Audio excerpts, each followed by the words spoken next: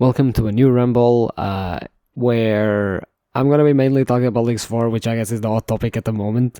I mean, can you really blame anyone? This is by far the most popular leagues out of the other three, and it's by far the best one in my opinion. And that's exactly what I'm gonna be rambling about in this video. I'm not gonna be going too much into specifics. It's a ramble, obviously you already know the gist. But yeah, I just sort of wanted to talk about and give some of my opinions in the topics and whatnot, because ultimately, yeah, I do have a bit to say, and I just think that overall, obviously, and starting by the leagues themselves, I think the leagues are really good. I think that Jagex really step up with this one, and I'm glad that they took a year break from leagues. I think they did a really good job. I think that this is by far, in my opinion, one of the most balanced leagues in terms of like relics and stuff like that. I mean, it's one of the most overpowered when compared to other leagues, because relics in these leagues are incredibly overpowered. But between relics, it's like the most balanced, I think, in terms of tasks and regions, is the most balanced and whatnot. So I'm glad to see like its success, and I'm glad to see how fun leagues is. Obviously the huge XP drops and everything. Yeah, I think it's a really good job. I think they did a really good job. As far as the tasks go, and I think that the tasks were by far what I was, the most worried about, I guess, because in the previous three leagues, most of the tasks were XP or KC related. So like, get level 50, 60, 70, 80 in a skill, 99, and then 25 mil XP, 50 mil, 75, 100, and all the way to 200 mil. So there were a lot of points that were related to that, and there were a lot of points related to like the PVM challenges that you could do, like the bosses and getting drops and getting KC and stuff like that. So ultimately, I think that while you had a lot of tasks, a lot of them were also kind of boring to a point. So I'm glad to see that they toned down how grindy some of the tasks were. I mean, some of them are still kind of grindy, like getting 200 Temperous KC, getting 200 Winter Thought KC. I don't think there's a need for 200. I mean, most people probably won't even do 100, never mind 200. I just think it's a bit too grindy for leagues. So maybe, next leagues they tone it down again. And yeah, because I know that before that, I think that first leagues at something like 500 Chambers KC or something along those lines.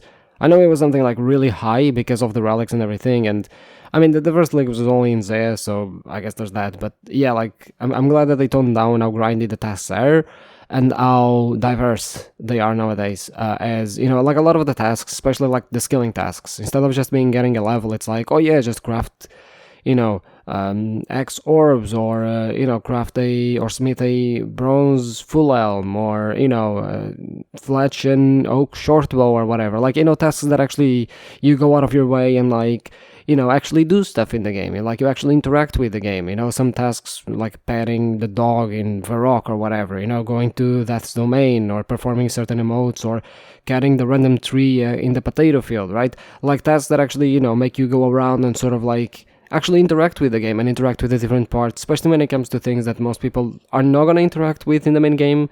Let's face it, most people are just not going to do a lot of these things in the main game, so I'm really glad that a lot of the tasks are more on that vein nowadays than on the grindy vein. I was actually really glad that they overall replaced a lot of the tasks and actually replaced them with things that are better to do. And while some tasks are still somewhat annoying to do and whatnot, and going out of your way to do, and maybe some of them don't have the best weight when it comes to them. I mean, I remember that completing Rune Mysteries, for example, which is a simple quest that has no requirements, is like 40 points because it's a medium task instead of an easy task. So yeah, maybe some of the weighting is not like super good yet, but yeah, overall I think they did a really good job when it comes to that. And I think that when it comes to specialty area tasks, one of the things that I'm a bit sad to see is the fact that some of them can only be completed if you have specific regions unlocked. So certain tasks are just completely impossible for you to complete, even if they are region specific. They're just impossible. Like charming Gertrude, for example, which requires the Ring of Chaos, right? Just impossible for you to complete because, yeah, if you don't have Mauritania, well, GG, right? So yeah, that's although there aren't that many tasks like that, fortunately enough. There are some, but not many. Most tasks can actually be completed, even if they are region specific. So I'm overall very glad of what they did with the tasks, and that's exactly what I want from a leagues. I don't like, as much as it's fun to get huge XP drops and stuff like that when it comes to the tasks specifically, because the tasks are what you progress with, right? The points and the amount of tasks you do are what allows you to unlock further relics and get even higher XP drops and stuff like that. So I'm glad that when it comes to progressing in leagues, as much as it's fun to get XP, it gets to a point where it's like, if that is the only way to progress, you're just playing the normal game with higher XP rates, which to a point might be fun as a temporary game mode, like the King of the Skill thing, but yeah, for a leagues, I don't think that's exactly the most fun, so I'm glad that a lot of the tasks are more diverse. They push you to interact with different aspects of the game, and like using Lumbridge range, for example, and things of the sorts, and even some tasks that, actually expose some mechanics that I just didn't know existed, like getting a task from the Wise Old Man. I had no idea that was a thing, legitimately speaking. I just didn't know you could, and I didn't know that like he had an actual sort of drop table of things he can actually give you if you complete tasks for him. So, like knowing things that you can do in the game and things that you can interact with in the game is really nice. It allows you to interact with the game differently and whatnot, which are just better than just grindy tasks, Not only do they show how much depthness the game ends up having, but also just how fun some of the things in the game can actually be, even if they aren't, grind or efficient or whatever. So I'm really glad that they went more through these tasks, although the only downside, I think, is that there aren't enough of them, in my opinion. Like, I think that a lot of tasks are just, there aren't enough tasks of this kind, if that makes sense. I think that overall, just, I think I wanted more of them. That's, especially when it comes to stuff like tied to skills and tied to like doing specific things and like interacting with specific portions of the skills. Unfortunately, there aren't as many tasks there, but it's I think that it's a much better task system than in other leagues for sure. I think that a lot of the tasks are way better compared to the first leagues. These tasks are so good, and I really hope that they keep pushing towards these tasks as opposed to other tasks. When it comes to the way they are distributed between the regions, I think it's better than other leagues. Overall, the regions are, I think no region has more than 3,000 points different, with the exception of Misthalin and Karanja, where they don't have as much points as all of the other regions, but between all of the regions that you can actually unlock, that you actually make a decision, all of them have either between 9,000 to 12,000 points. Usually the difference is less, so I think that overall points are well distributed, although if you want to go for the max points, you probably will choose, regions that have more tasks and more points than others. But yeah, I think that overall the regions are somewhat well distributed. I never want the regions to actually become the same in terms of the amount of points they give, because otherwise, and I've noticed that with this league, where because the points are similar, you have regions like Kandarin, for example, that have so much content. Like Kandarin has a lot of content within the region, but because of the points and the tasks that you have there, it seems like a lot of tasks are easy and medium to not give a lot of points comparatively speaking to other regions. While, for example, Tier 1 is like, yeah, you have a lot of points there, but the vast majority of them are hard and elite tasks, because it's a very like late game area of, well, the game, right? So I find it funny that they sort of had to, change the tasks there in order for the regions to have similar points, which isn't the best, but I guess it works to a point, although I do wish that some of these regions had more, lower level content, definitely, even if it was just like exclusive to leagues or whatever, and they just made some exceptions, I think that it would have worked better, because right now, for example, if you go turn 1, as a, newer player, right,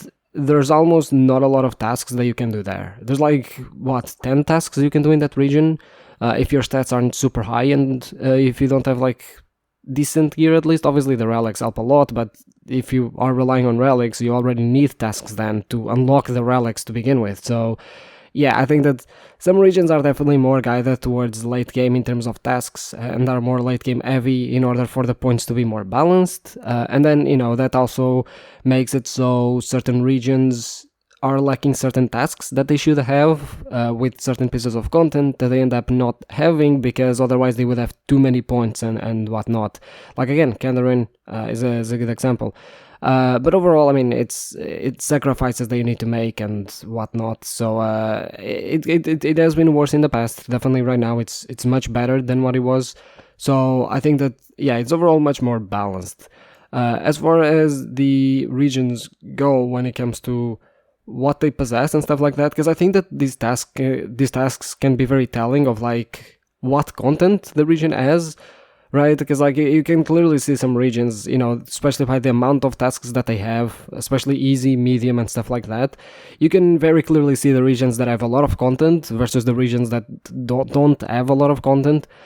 So I think that leagues can also be very interesting to sort of understand what or like which areas of the game can actually be updated with more content and which areas of the game are lacking in terms of content. So I think that overall it's a good place to try things, and it's a good place to like see how players feel about certain regions and whatnot. Obviously some regions have had an entire history of the game to have content, while others not so much. But I think that overall I'm pretty happy. I think that it was during Leagues 2 that I wanted to go tier 1 5th, and specifically 5th, because I just did not have enough tasks if I went to it any early, which would have essentially like killed my leagues. I didn't even end up unlocking turn 1, I don't think. So there's that, and that sort of like killed my leagues. And again, like I feel the tasks in these leagues, while you do have a bit of grind still to get relics and everything, I think that it is far more approachable. I think that it's far more doable for the average player to actually do the tasks. Because again, like the tasks aren't hard, or they're not like super time consuming or anything like that. Some of them can be tedious, but for the most part, they're just like fun things that you go here, you do there, and whatnot. Even the grind tasks involve what? Catching 100 salmon, that's it, right? So, that's something they can do super easily, especially with XP rates and leveling up super fast, which makes things even faster. So overall, honestly, task-wise, really good leagues. It's a very good step in the right direction, and they did a very good job.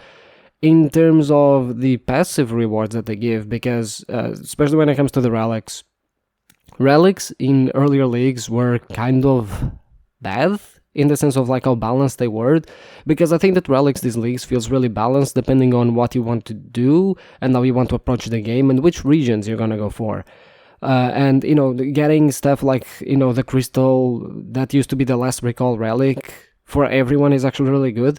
I remember during Leagues 2 where I went because I didn't know if the crystal had a cooldown and I didn't exactly know how the crystal worked. So I went the amulets that had unlimited teleports, because you had the amulets, you had the fairy ring that you could use anywhere, and you had the last recall. Over 90% of players went last recall, especially if you watched videos and stuff like that, it was the obvious option. I didn't, so I went the game's necklace that had infinite teleports and stuff like that, which ended up being incredibly bad, because while it was amazing early game, late game, other people would just, have a bunch of food, go to a boss, kill the boss, teleport to a bank, get another inventory, go back to the boss. So it made PvM way easier, it made getting items way easier, and I was just sitting there and I almost had to play the game normally. So it kind of sucked from that regard. So I'm glad that a lot of these items are actually given to everyone, where everyone can actually enjoy them. Again, I think that relics in these leagues are way more balanced, and I'm gonna go sort of through all of the tiers and sort of detail what I think. So in the tier 1 you have Endless Harvest, you have Production Prodigy, and you have Trickster being the new relic. I think that Endless Harvest was by far the weakest, and I do wish that in the future they might change it, because you get, I think it's 3 items per and you get 3 times the XP, so per item you gather. The problem is Production Prodigy just does the inventory entirely in one go, which is much more OP than 3 items, and Trickster just helps in like skills that are a bit annoying to train, so agility and never failing an obstacle is huge, especially when I was doing the Brimhaven agility tasks, absolutely huge. and thieving non-stop. Again, insane. Like you can just get a bunch of GP, no problem getting GP early game, and etc. So overall, I just think that, but again, like it doesn't really matter which one you go, because even if you go Endless Harvest, you still get something out of it. Like I feel that there was not a wrong option between these three. And then the second relic was mostly teleportation. So you add the Globetrotter and you add the fairy thing. I ended up going fairy because, I mean, first of all, I think that in the regions that I used, you could actually just use it much more. I think it had more teleports overall or something along those lines. But Globetrotter, because I also thought you could just build a portal nexus in your POH. Like I don't think there's anything stopping you from it. Yeah, you can't go to and you can teleport to the places where you haven't unlocked, but the places you do, you can teleport anyway. So Globetrotter in that sense is a bit more early game oriented than late game, but even then, like it compared to, again, Leagues 2 is way more OP than what it was, right? Having Portal Nexus and having all of these like teleports and stuff like that is really good, even if it's not as OP, I guess, as the Fairy Ring. You can also teleport to places that are close to a Fairy Ring, so you can use the Fairy Ring anyway. The most OP thing about the Fairy Ring relic is that you actually get access to the 2 Leprechauns, which is way more OP than the Fairy Rings. I've used 2 Leprechauns far more than I have the Fairy Rings, so that is really good. But even then, like, you shouldn't worry too much, because everyone gets the Last Recall Orb, which to me is like the biggest thing when it comes to teleporting around. So, and even then, like, even if the Fairy's Flight, I think it's called, is better and is more OP, like, the Globetrotter isn't the wrong decision either. So again, like, I think it's pretty balanced. The third relic was Fire Sale or Banker's Note. I think that this right here is where it shows that there's no wrong option. Like, this is probably one of the most balanced decisions in the game. Going one or the other doesn't really matter. They're both good. The only problem with Banker's Note that I can see is that it gives you a lot of convenience, but a lot of that convenience can be used with the orb, that, the Last Recall Orb.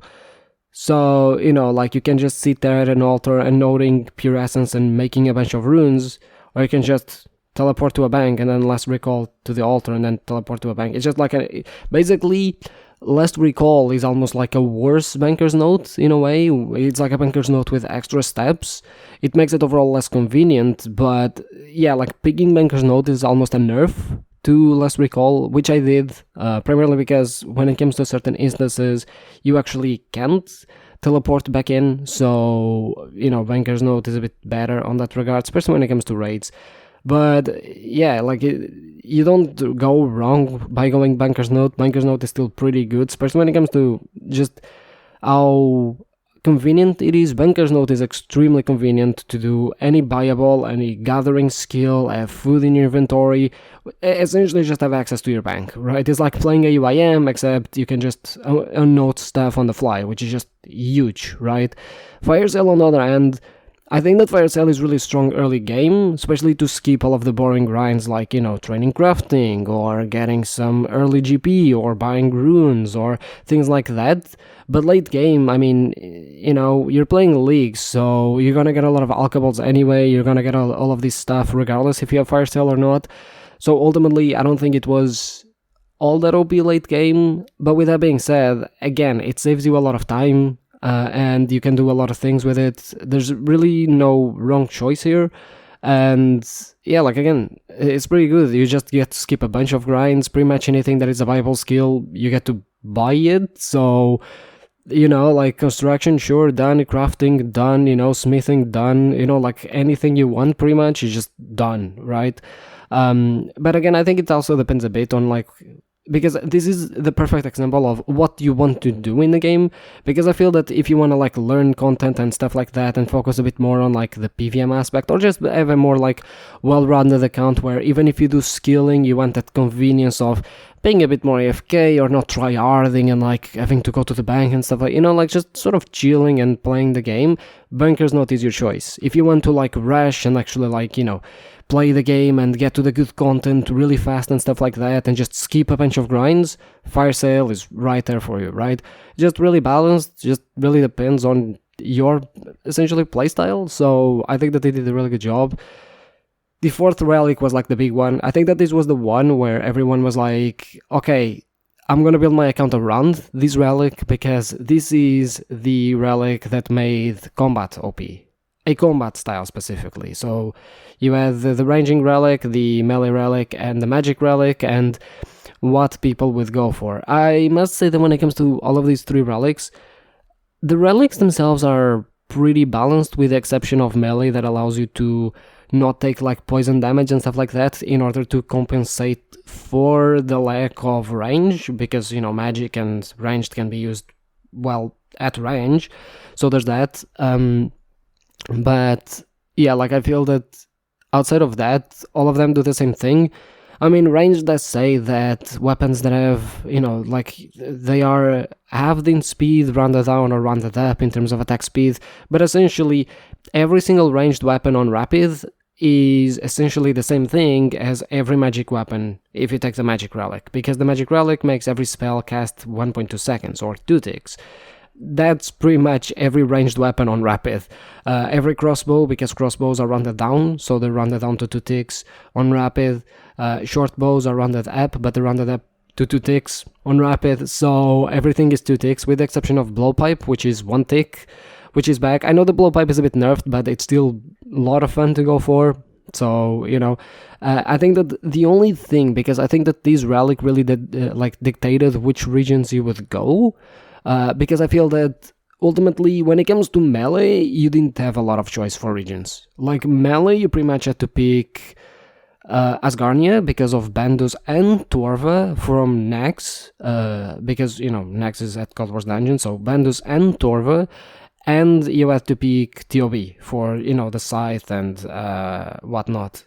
So I think like for melee, you have to pick those two regions. Like any other region, and your setup is just not gonna be all that OP, right? Because I mean, zeah doesn't have armor, and it doesn't have weapons. I don't think that zeah has all that good melee weapons. Turn 1, I guess, has the crystal armor and the blade of Saldor, but again, compared to a scythe, for example, not that great. Desert has the fang, but it doesn't have armor.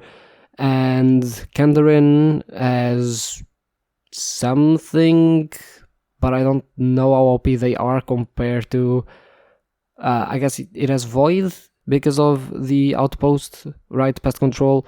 So yeah, like I feel that when it came to melee, you really needed to go like Asgarnia and Mauritania. Like Asgarnia, I think it was a must. Like you just can't do a melee build without Bandus and Torve, because Torve is in the same region. Like you had to go. Magic was, in my opinion, a little bit more flexible.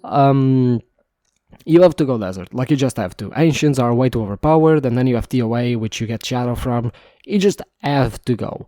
And then from there, it's a bit more like, depending on the regions you want to go, like you can go Kandarin for, Tormented Bracelet, Occult, which are huge upgrades, but you can also go zeah for Ancestral if you want, right? There's that option for you. So you have a little bit more of a choice here. You can even go Asgarnia to a certain point, although there's not a lot of stuff there for you. But again, Ancients, Shadow, you can get away with a lot of stuff.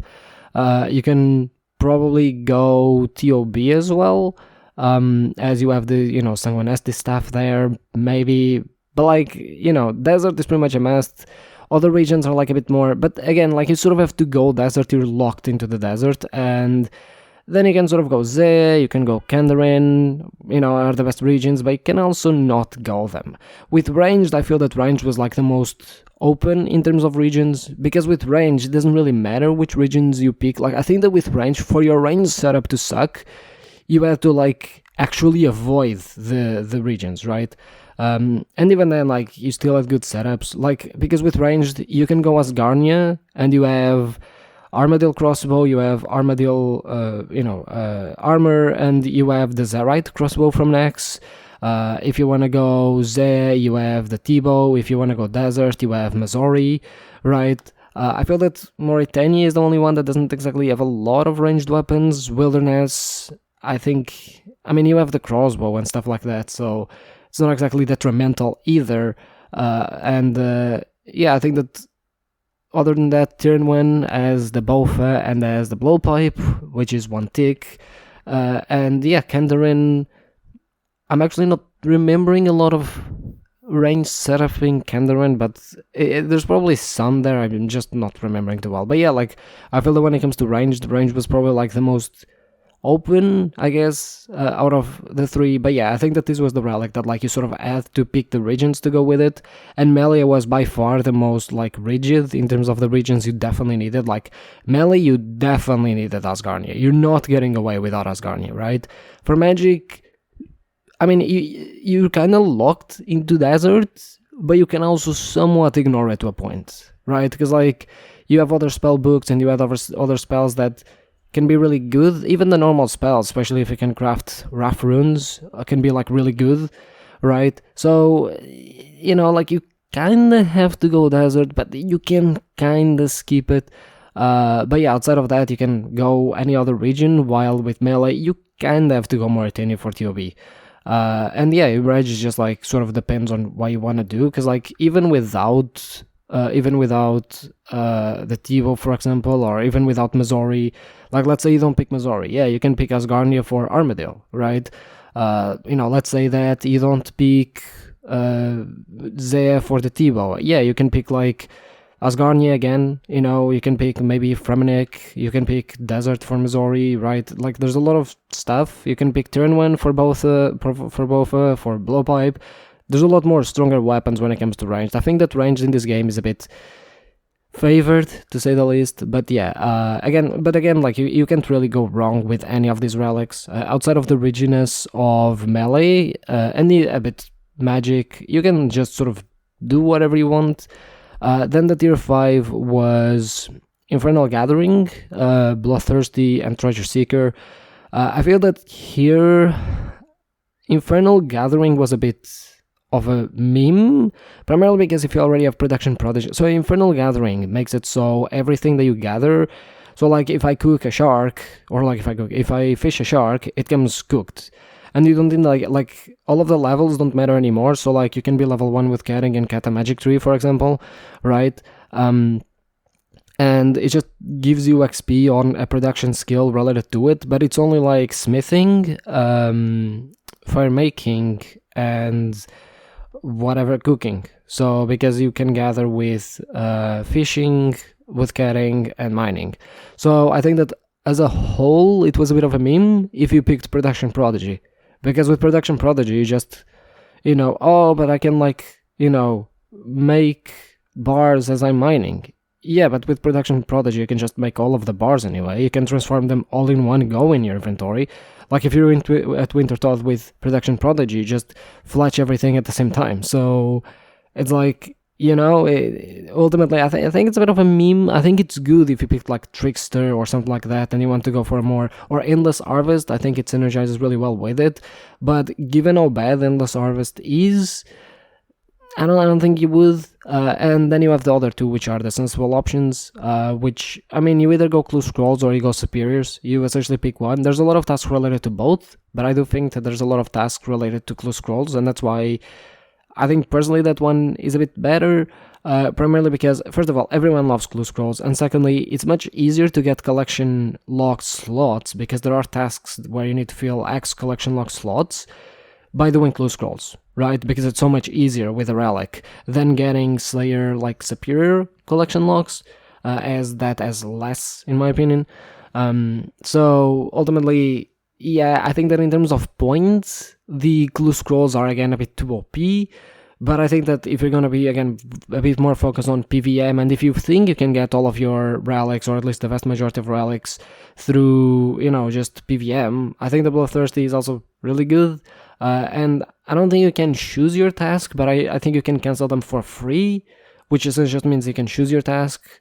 At least I think that's what I read. But yeah, so essentially it's a bit more unbalanced than other tiers, I would say, because again, you know, that Infernal Gathering is a bit of a meme. I think that Infernal Gathering would be better if it affected, like, I think that Endless Harvest would be better if you actually harvested like 5 at a time, or 9 at a time, or something along those lines. Like, essentially, if you were more OP than just 3, Infernal Gathering, I think it would be more OP if it affected more skills. So, like, if I had an option to auto-flash stuff as opposed of, like I get a 3 and I auto flash stuff, or I don't know what are the other fucking skills actually. I don't even know the other skills. But like if you have essentially more options to it as opposed to just affecting 3 production skills, I think that's a bit of a meme. But overall, between Treasure Seeker and Bloodthirsty, I think it's good choices. And again, we don't have really a last recall situation here. The next tier, which is by far, in my opinion, the weakest, you have Equilibrium, you have the Farmer's Fortune, I think, and you have Ruinous Powers. I say the weakest because Equilibrium is just a straight up meme to take. Like, these leagues, you don't have a lot of tasks related to XP, so I don't know why you would want a relic for XP. I guess, like, if you want to max and everything, but even then, like, if that is your objective, you won't want to hinder yourself getting to tier 7. So, I don't know. So, I don't know. I think that Equilibrium, these leagues especially, isn't even all that overpowered, so I think that this relic is a bit of a meme, and I think that probably next leagues, this relic is going to be the one to go, or to at least be heavily modified. As far as the other two go, a lot of people are going to go for Ruinous Powers, and I can understand why a lot of people want to try it out. They didn't come into the game as a reward, so, and Jagex also wanted to use them, so, I think it's a good experimental thing, although I don't think it's just a unanimous decision, primarily because if you went Banker's Note for essentially endless supplies and stuff like that, you really don't need the Ruinous Powers, and you can do well with Farmers. I think that the problem with the Farmer's Relic, in my opinion, is that it doesn't have a lot of uses, like outside of farming and Herblore, because you're just going to be able to knock out Herblore. It doesn't really affect anything else. Like, those are the two things that it affects, so, like, that's it.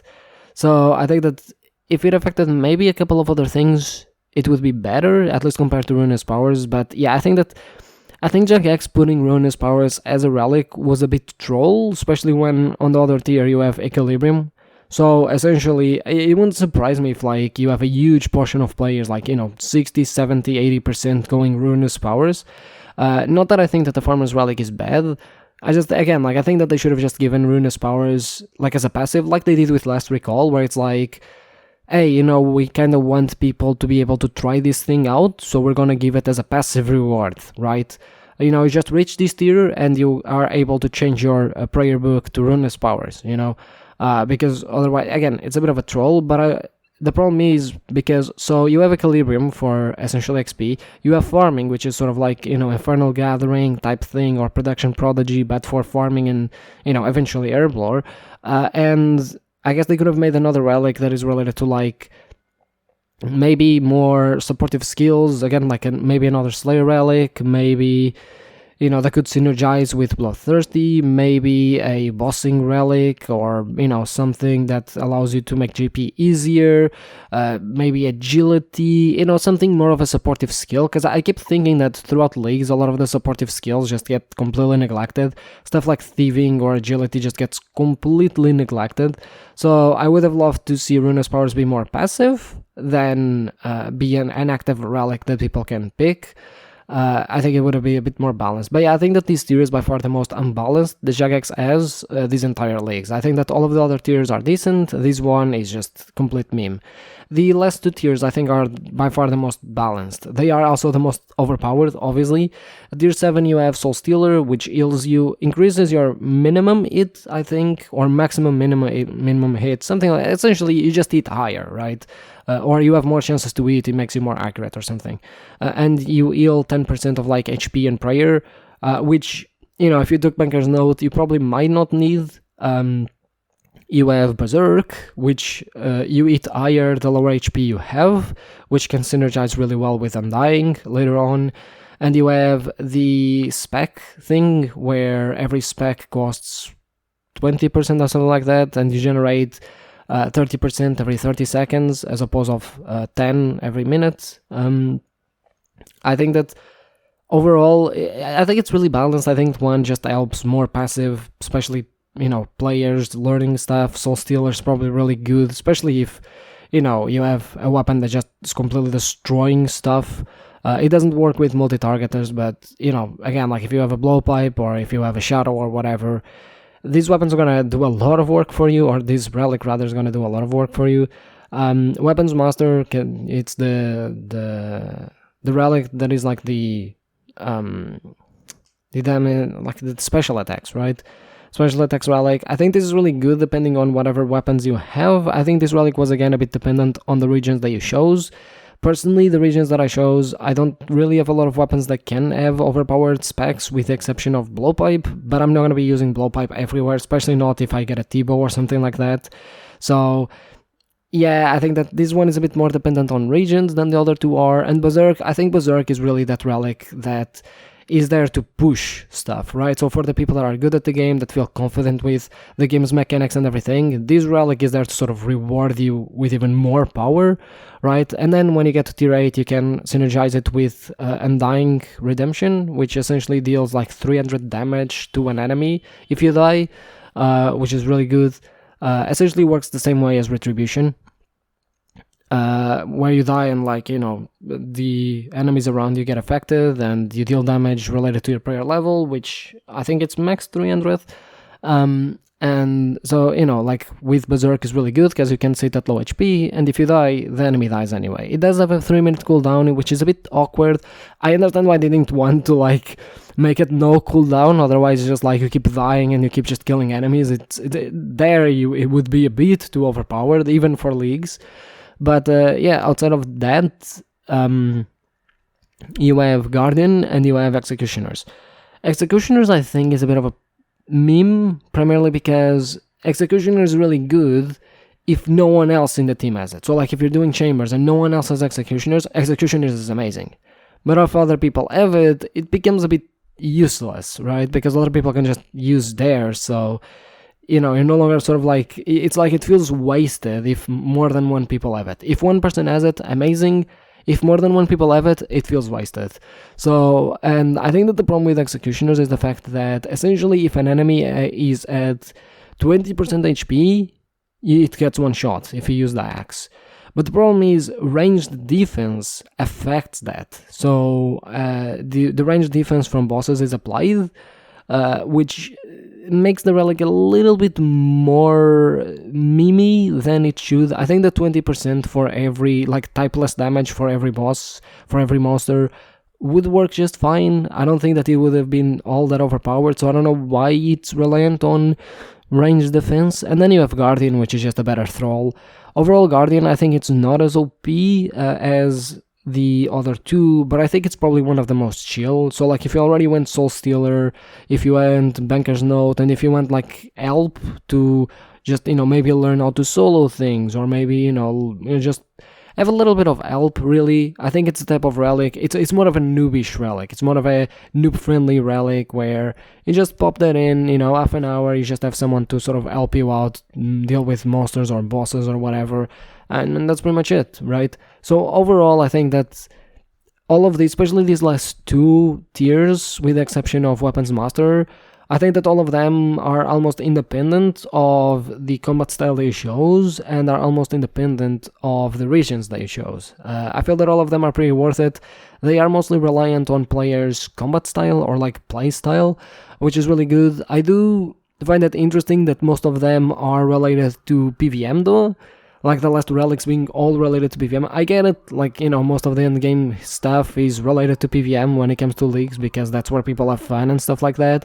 But, maybe a bit less, PVM relics overall, especially endgame, would have been better. But, I think that overall, these leagues, stuff is way, way better balanced. And now obviously, since a lot of regions also have way more content, like the desert as TOA, as Desert Treasure 2, zeah, has gotten a bunch of, little updates here and there, more quests and everything, a kingdom divided and everything. So I think that overall is better. I think that zeah was actually not available to pick in Trailblazer 2, because it had been the first leagues, because the first league was all in zeah. So I think that in zeah, in Leagues 2, zeah was not available. I think that overall all of the new content and everything, Priv, intern win and everything. Like, I think that overall it just makes it really more balanced. And again, like, I think that Jagex could use this as an opportunity to sort of see what they need to work on and what they have done correctly. And honestly, just as an aside, what they need to work on early game, especially in zeah. Let me tell you, having the ability to teleport to any fairy ring I want, any spirit tree that I want, any leprechaun that I want, having infinite run energy in zeah, the freaking initial quests that are like the newbie quests to introduce you to zeah that have almost no requirements, because zeah was marketed as this early game thing, early game content that is gonna be, not early game, it's like a content that's gonna have content for early game, mid game, late game. Let me tell you, not friendly for early game. It's way too big of a continent, it takes ages to do literally everything, and even with infinite run energy, even with all of these teleports, it took me a while to do the freaking quests that are supposed to be easy, that are, just running around. It took me ages, it took me like 2 hours to do the 5 quests that shouldn't take me like 10 minutes to make. So I think that if anything, this league has made me realize that there's still a lot of junkiness when it comes to early game, and I think that we don't really pay attention to it because a lot of us are no longer early game. But yeah, I'm gonna make a more in-depth video on like zeah and everything that it still needs to improve on and everything, which, speaking of, I think that zeah, and like it's not the Shattered, it's what was the first league called? So you have the Trailblazer, you had the Shattered, which was the last leagues, and you had the first one. I don't remember the specific name, but it was Leagues 1, was just in zeah. I think that the next league is gonna be in zeah again, and here's why I think it will be in zeah. Primarily because I think the next league will probably come before sailing is a thing, because once sailing comes around, I think that the league was gonna be way different. It's gonna be way more focused on like exploration and just going around the map and everything. But primarily because they have been working a lot and they have an entire like roadmap for Valarmore, for content in Valarmore, in the continent of zeah. So you have Corinth and you're gonna have Valarmore.